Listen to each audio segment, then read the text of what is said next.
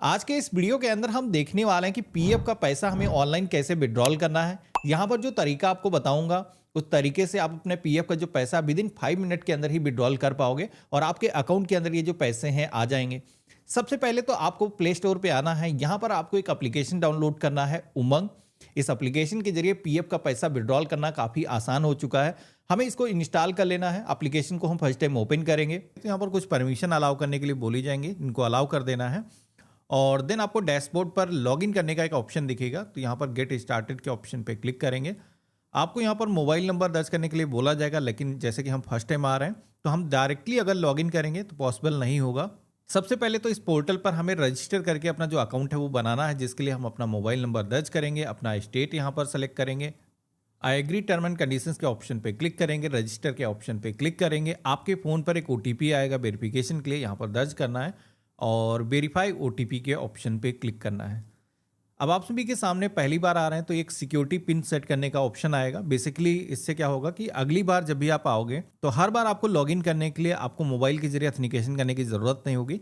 आप अपना जो पिन सेट करोगे अभी वही दोबारा से इंटर करके कभी भी आप अपना जो अकाउंट है वो एक्सेस कर सकते हो। तो हम यहाँ पर अपने मर्जी का जो पिन है रख लेंगे। कन्फर्म पिन के सेक्शन में रिपीट अपना जो पिन है दर्ज करेंगे और नेक्स्ट की टैब पे क्लिक करेंगे।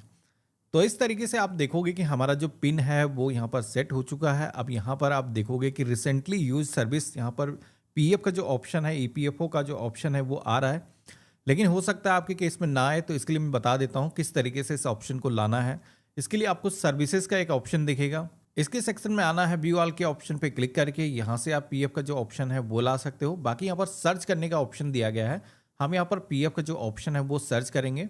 जैसे कि हमने ईपीएफओ सर्च किया है तो हमारे सामने ये जो ऑप्शन है वो आ चुका है। हम यहाँ पर इसे ही सेलेक्ट कर लेंगे। अब आप यहाँ पर देखोगे कि ढेरों सर्विसेज पीएफ से रिलेटेड यहाँ पर दी गई हैं, जैसे कि पासबुक हमें देखना हो, क्लेम को हम यहाँ पर खुद ही से ऑनलाइन रेज कर पाएंगे। इसी के साथ में क्लेम को ट्रैक करना हो, अपना यूएन कार्ड डाउनलोड करना हो, यूएन कार्ड को एक्टिवेट करना हो, तो ये सारे फीचर्स यहाँ पर दिए गए हैं। तो जैसे कि हम इस वीडियो के अंदर देखने वाले हैं कि हमें पीएफ का जो पैसा है वो कैसे विड्रॉल करना है। उससे पहले हमें पीएफ का जो हमारा आइडेंटिटी कार्ड है वो हमें डाउनलोड करना है, जिससे कि हमें पता चल सके कि सारी चीज़ें स्मूथ काम कर रही हैं। इसके लिए डाउनलोड यूएन कार्ड के ऑप्शन पे क्लिक करेंगे। अब यहाँ पर हमें अपना जो यूएन नंबर है वो दर्ज करना है। अब कुछ लोगों के यहाँ पर सवाल आएंगे कि यूएन नंबर अगर हमें पता नहीं है तो कैसे हम दर्ज करेंगे। तो आप चिंता बिल्कुल मत करिए, वीडियो के डिस्क्रिप्शन में हमने एक वीडियो का लिंक दे रखा है, जहां पर आप जा करके अपना जो यूएन नंबर है वो फाइंड कर सकते हो। बेसिकली आधार के जरिए ऑथेंटिकेशन करोगे, आपका जो यूएन नंबर है वो मिल जाएगा। तो यहाँ पर हमने दर्ज कर दिया है, सबमिट के ऑप्शन पे क्लिक करेंगे। अब यहाँ पर आप सभी से आपकी जो डेट ऑफ बर्थ है वो मांगी जाएगी। तो यहाँ पर इस कैलेंडर के ऑप्शन पे क्लिक करना है। सबसे पहले तो ईयर और मंथ और डेट को आपको चूज कर लेना है और सबमिट के ऑप्शन पे क्लिक करना है। अब जैसे हमने इतना किया है तो आप यहाँ पर देखोगे कि हमारा जो पीएफ का यूएन कार्ड है वो यहाँ पर डाउनलोड हो चुका है। हम इसे अपने पास में सेव करके रख लेंगे। यहाँ पर आपको एक चीज़ बता देता हूँ, जैसे कि पीएफ का जो पैसा है जब आप विड्रॉल करते हो तो उस केस में एक चीज़ आपको ज़रूर ध्यान रखनी है कि आपकी जो केवाईसी है वो पहले से हो रखी हो। अगर आपकी केवाईसी नहीं हो रखी है तो ऐसे में जो पैसा है वो विड्रॉल नहीं कर पाओगे। हालांकि ये भी है कि आप केवाईसी अपनी ऑनलाइन फ्यू मिनट के अंदर कर सकते हो, उसका भी मैंने सेपरेट वीडियो बना रखा। तो अगर आपको यहाँ पर यस के बजाय नो शो होता है, वाई की जगह यन शो होता है, तो आपको केवाईसी करनी होगी। तो मेरे केस में जैसे कि हमारी जो केवाईसी है वो हो रखी है। अब हमें ये चेक करना है कि हमारे पास में एक्चुअल में पैसा है कितना, क्योंकि जब पैसा पता होगा तभी तो हम विड्रॉल करेंगे ना। तो उसके लिए हम क्या करेंगे, व्यू पासबुक के ऑप्शन पे क्लिक करेंगे। यहाँ पर हम अपना जो यूएन नंबर है दर्ज करेंगे, सबमिट के ऑप्शन पे क्लिक करेंगे तो हमारे सामने कंपनी की जो लिस्ट है वो यहाँ पर आ जाएगी। कौन कौन सी कंपनीज के अंदर हम इससे पहले काम किए हैं, यहाँ पर उनके जो रिकॉर्ड हैं यहाँ पर आ रहे हैं। 2 कंपनीज यहाँ पर शो कर रही हैं जहाँ पर हमने इससे पहले काम किया है। तो यहाँ पर हम जिस भी कंपनी का स्टेटमेंट जानना चाहते हैं सेलेक्ट कर लेंगे और इस तरीके से अब आप देखोगे कि यहाँ पर पीएफ का जो कंट्रीब्यूशन है वो सारी चीज़ें यहाँ पर आपको देखने को मिल रहे हैं। जैसे कि मेरे केस में देखोगे कि एम्प्लॉय शेयर यानी कि मेरा जो शेयर है वो कितना है, यहाँ पर 19,398 रुपये दिख रहा है। एम्प्लॉयर ने कितना पैसा जमा किया है, जो 5,931 रुपये। पेंशन का कंट्रीब्यूशन कितना हुआ है वो है 13,435 रुपये। तो यहाँ पर डाउनलोड के ऑप्शन पे क्लिक करेंगे तो एक पूरा स्टेटमेंट डाउनलोड हो जाएगा, जिसमें कि आप चेक कर सकते हो कि हर महीने कब कब आपको सैलरी मिली है, कितना पैसा उसके साथ में पीएफ का यहाँ पर जमा हुआ, ये सारी इंफॉर्मेशन आपको यहाँ पर मिल जाती है। तो चलिए इस तरीके से हमने पीएफ का जो स्टेटमेंट है वो यहाँ पर चेक कर लिया है। अब आपको यहाँ पर बताता हूँ कि क्लेम को कैसे आपको फाइल करना है। अब यहाँ पर क्लेम को रेस करने के लिए भी दो ऑप्शन दिख रहे हैं। एक है race claim scheme certificate 10C, दूसरा है रेस क्लेम। अब इनमें लोगों को अक्सर कन्फ्यूजन हो जाता है कि कौन सा ऑप्शन हमारे लिए है, किसको हमें सेलेक्ट करना चाहिए।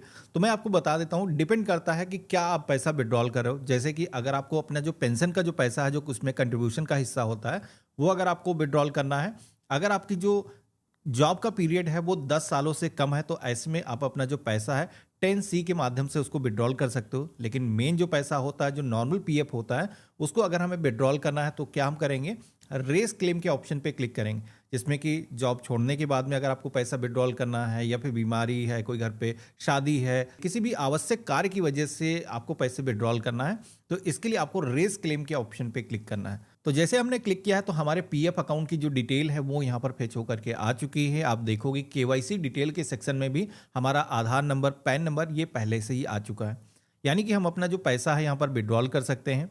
अब यहाँ पर जैसे कि पैसे को विड्रॉल करना है तो सबसे पहले तो यहाँ पर पूछा जाता है आपको अपना जो अकाउंट नंबर है वो दर्ज करना है। ये अकाउंट नंबर जब हमने अपना जो अकाउंट है केवाईसी जब करी थी, जो खाता हमने दर्ज किया था, वही अकाउंट नंबर सेम दर्ज करना है। तो जैसे कि यहाँ पर अपने बैंक का जो आईएफएससी कोड है वो यहाँ पर दिखाया गया है, बैंक का नाम यहाँ पर दिखाया गया, तो आप जान सकते हो कि किस ब्रांच के अंदर हमारा कौन सा खाता है, तो यहाँ पर उसकी सारी इंफॉर्मेशन मिल जाती है। वही जो खाता नंबर है आपको दर्ज करना है और इसी खाते के अंदर आपका जो पैसा है वो आएगा। तो इस तरीके से हमने फिल कर दिया है। अब नेक्स्ट की टैब पे क्लिक करेंगे, अगला सेक्शन आएगा जहां पर आपको मेंबर आईडी सेलेक्ट करना है, जिस मेंबर आईडी से आपको अपने जो पैसे हैं वो विड्रॉल करना है। तो एक से ज्यादा अगर आपने जॉब किया है तो वहां पर आपको अलग अलग मेंबर आईडी दिखेंगी, तो आप चाहो तो अलग अलग मेंबर आईडी से पैसे विड्रॉल कर सकते हो, या फिर एक साथ में पैसे विड्रॉल करना चाहते हो तो उसके लिए आपको एक अकाउंट से दूसरे अकाउंट के अंदर पीएफ का जो पैसा वो ट्रांसफर करना होगा। वो एक अलग वीडियो हो जाएगा, कॉम्प्लिकेटेड हो जाएगा, तो इस वजह से मैं सिंपल रखने की कोशिश कर रहा हूँ। तो यहाँ पर हर कंपनी आपको अलग अलग मेंबर आईडी प्रोवाइड करती है, तो जिस भी मेंबर आईडी से हमें पैसे विड्रॉल करना है हम उसका सिलेक्शन करेंगे।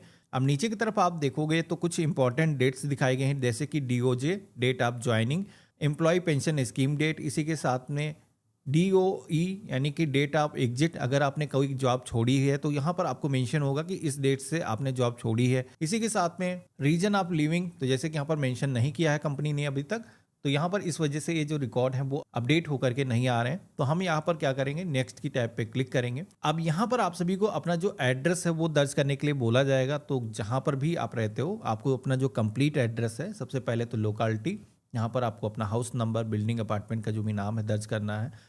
जो भी लोकेशन लगती है स्टेट के सेक्शन में आकर के दर्ज करना है।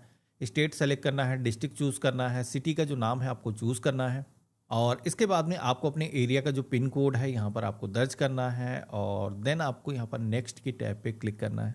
अब जैसे हमने इतना किया है तो अब हमारे सामने अगला जो ऑप्शन आता है वो है क्लेम फॉर्म को सेलेक्ट करने का, जिसमें कि यहाँ पर मल्टीपल तरीके के क्लेम फॉर्म आपको देखने को मिलेंगे। तो इन फॉर्म का मतलब क्या होता है, कौन सा फॉर्म सेलेक्ट किया जाता है, तो मैं आपको बता देता हूं। अब पेंशन फॉर्म को लेकर के लोगों के बीच में अक्सर कंफ्यूजन रहता है, गलत तरीके का फॉर्म आप भर देते हो, जिससे कि क्या होता है कि आपका जो पैसा है वो पूरा आपका विड्रॉल नहीं होता, या फिर जितना क्लेम आप भरते हो उतना पैसा आपको मिलता नहीं है। तो उसमें देखो आपको समझना ये है कि कौन सा फॉर्म किस कंडीशन के अंदर भरा जाता है। जैसे कि race claim scheme certificate form number 10C वाला जो ऑप्शन है, ये उस केस में भरा जाता है जब एम्प्लॉय पेंशन स्कीम से यानी कि ईपीएस स्कीम से जो पैसा है वो विड्रॉल करना चाहते हो, यानी कि आपकी जो सर्विस है अगर 10 साल से कम है तो 10C जो फॉर्म है इसके जरिए पेंशन का जो पैसा है वो विड्रॉल किया जा सकता है। इसमें क्या होता है कि 19 वाला जो फॉर्म है, जब आप पैसा अपना विड्रॉल करते हो जॉब छोड़ने के बाद में, जो पैसा अगर आपको विड्रॉल करना है तो उस केस में आप क्या करते हो, फॉर्म नंबर 19 भरते हो। लेकिन अगर आप जॉब में रहते हुए यानी कि उस जॉब के अंदर हो, जैसे कि मेरे केस में आपने देखा कि अभी तक हालांकि मैंने जॉब कंपनी के अंदर छोड़ दी है, लेकिन उन्होंने पोर्टल पर आकर के भी अपडेट नहीं किया है, तो ऐसे में या तो हम खुद अपडेट करें या फिर हम चाहें तो 31 के जरिए एडवांस पैसा विड्रॉल कर सकते हैं। हालांकि उसका रीजन देना होगा, जैसे कि बीमारी है, कोई घर पे शादी है, एजुकेशन के लिए पैसा विड्रॉल कर रहे हो, तो यहाँ पर इस तरीके के ऑप्शन मिलते हैं। तो जैसे कि हमें क्या करना है, यहाँ पर फॉर्म नंबर 31 इसे ही फिल करना है, तो हमने इसका सिलेक्शन कर लिया है। अब जैसे कि मैंने आपको शुरुआत में बताया था कि इसके अंदर रीजन आपको देना होगा, तो यहाँ पर आपको मल्टीपल ऑप्शन दिए गए हैं, जैसे कि नॉन रिसीव्ड ऑफ वेजेस, यानी कि 2 महीने तक अगर आपको वेतन नहीं मिला है तो ऐसे केस में आप भी पैसा विड्रॉल कर सकते हो। इसी के साथ में नेचुरल क्लाइमेट्स, जिसमें कि बाढ़, भूकंप, तूफान जैसी कोई आपदा है, तो ऐसे में भी पैसा यहाँ पर विड्रॉल किया जा सकता है। तीसरा है इनलेस, जिसमें कि आपको कोई बीमारी है, आपके पत्नी को बीमारी है, बच्चे को कोई बीमारी है, तो ऐसे में ये जो पैसा है विड्रॉल किया जा सकता है। इसके अंदर आप सभी को मैक्सिमम लिमिट मिल जाती है, यानी कि जितना पैसा आपके पास में है उसका 90% तक का जो पैसा है वो आप यहाँ पर विड्रॉल कर सकते हो। यानी कि ये भी ज़रूरी नहीं है कि आप पूरा पैसा अगर विड्रॉल नहीं करना चाहते हो, जितनी ज़रूरत है उतना पैसा आप विड्रॉल कर सकते हो, या फिर पूरा का पूरा पैसा आप विड्रॉल करने की जो रिक्वेस्ट है वो डाल सकते हो। कोई अगर डिसेबल पर्सन है, कोई विकलांग हो गया है, ऐसे में पीएफ के पैसे से विड्रॉल करके कोई इक्विपमेंट परचेज करना चाहता है तो वो यहाँ पर ये वाला जो ऑप्शन है वो सेलेक्ट करेगा। तो जैसे कि मेरे लिए जो बेस्ट ऑप्शन है वो है इनलेस वाला। इसके अंदर क्या है कि पैसा आपको मैक्सिमम आपको मिल जाता है, तो हम इसे ही सेलेक्ट करेंगे। बाकी आपके केस में जो भी अप्लीकेबल है वही आपको सेलेक्ट करना है। अब जैसे कि मैंने आपको पासबुक दिखाई थी, उस पासबुक के अकॉर्डिंग यहाँ पर अब आपको अपना जो अमाउंट है वो दर्ज करना है, जितना पैसा आप विड्रॉल करना चाहते हो। तो जो पासबुक के अंदर हमने देखा था उसके अंदर पैसा मौजूद था, हमने यहाँ पर 25,000 रुपये अमाउंट इंटर कर दिया है। यहाँ पर विड्रॉल करने के लिए टर्म एंड कंडीशंस को एक्सेप्ट करना है, इन दोनों ऑप्शन पे क्लिक कर देना है और आधार के जरिए आपको ऑथेंटिकेशन करना है। इसके लिए आधार ओटीपी ये वाला जो ऑप्शन है हम सेलेक्ट करेंगे। अब यहाँ पर आपके फ़ोन पर एक वेरिफिकेशन के लिए ओटीपी जाएगा, जो कि आपके आधार कार्ड से आपका जो भी नंबर रजिस्टर्ड होगा उसी पर आपको मिलेगा। तो यहाँ पर हम क्लोज के ऑप्शन पे क्लिक करेंगे। ओटीपी को दर्ज करने का जो ऑप्शन है यहाँ पर आ चुका है। ये जो विड्रॉल रिक्वेस्ट है इसको सबमिट करने के लिए ओटीपी यहाँ पर हमें दर्ज करना है और सबमिट के ऑप्शन पे क्लिक करना है। तो इस तरीके से आप देखोगे कि जैसे हमने सबमिट के ऑप्शन पे क्लिक किया है तो हमारा जो क्लेम की रिक्वेस्ट है वो यहाँ पर सक्सेसफुली रजिस्टर्ड हो चुकी है। एक आईडी यहाँ पर जनरेट होकर के आ जाती है, ये आईडी हमें अपने पास में नोट करके रख लेना है। अब पीएफ का जो पैसा है जो हमने विड्रॉल किया है, इसका जो सेटलमेंट है वो 24 से 48 घंटे के अंदर ही हो जाता है। हाँ, अगर कोई वर्किंग डेज नहीं है, जैसे मान लो कोई छुट्टी चल रही, हॉलीडेज है, उस बीच में ज़्यादा भी समय लग सकता है। लेकिन मेरे केस में जैसा मेरा एक्सपीरियंस रहा है तो मेरा 24 घंटे के अंदर जो पैसा है वो आ गया था। मैं आपको दिखाता हूँ, जैसे कि स्टेटस को आपको ट्रैक करना है तो यहाँ पर आपको ऑप्शन मिलता है ट्रैक क्लेम का, कि कब पैसा हमें मिला। तो यहाँ पर आप देखोगे जैसे हमने क्लिक किया है तो क्लेम का वर्तमान जो भी स्टेटस होगा, जैसे कि जस्ट हमने सबमिट किया है, जैसे पैसा हमारे खाते के अंदर सेंड हो जाएगा तो यहाँ पर उसका जो स्टेटस है वो अपडेट हो जाएगा। तो देखा आपने, ये था कंप्लीट प्रोसेस। इस तरीके से आप पीएफ का जो पैसा है खुद से ही विड्रॉल कर सकते हैं।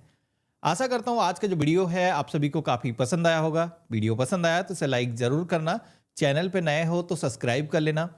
हम मिलते हैं ऐसे ही एक नए वीडियो में, तब तक के लिए गुड बाय, जय हिंद।